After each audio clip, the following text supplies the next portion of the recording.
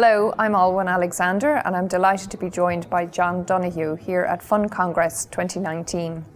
So John, if another recession was to hit, how well do you think the industry is prepared for it?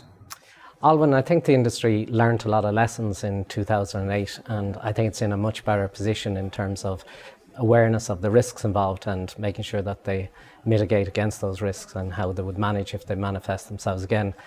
I think since 2008, however, I think there's been a lot of additional regulation, a lot more due diligence by investors, institutional investors, and with the onslaught of Brexit as well, they've had to set up a lot of new regulated entities in Ireland, Luxembourg, elsewhere.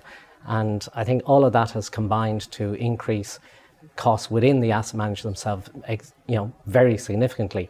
And I think that's probably the one area that needs to be tackled the most. So if there was a recession, obviously income would go down. There's obviously downward pressure on fees anyway. And the whole challenge of the industry is to make sure that it has an appropriate cost base. So John, we've been discussing this morning on the panel how managers are coming under huge cost pressure. What are your ideas about where they go from here? So I suppose, first of all, most managers we talk to, and I think you agree with this, they all say they've cut costs to an absolute bone.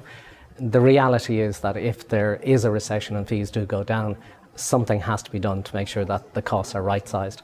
And I think as an industry, it needs to embrace technology in a much bigger way, a more integrated way, and see how it can bring all their systems together and be more aggressive in outsourcing, because with outsourcing there are solutions for scalability, and with scalability you get specialization and you also get a better job but a lot cheaper as well.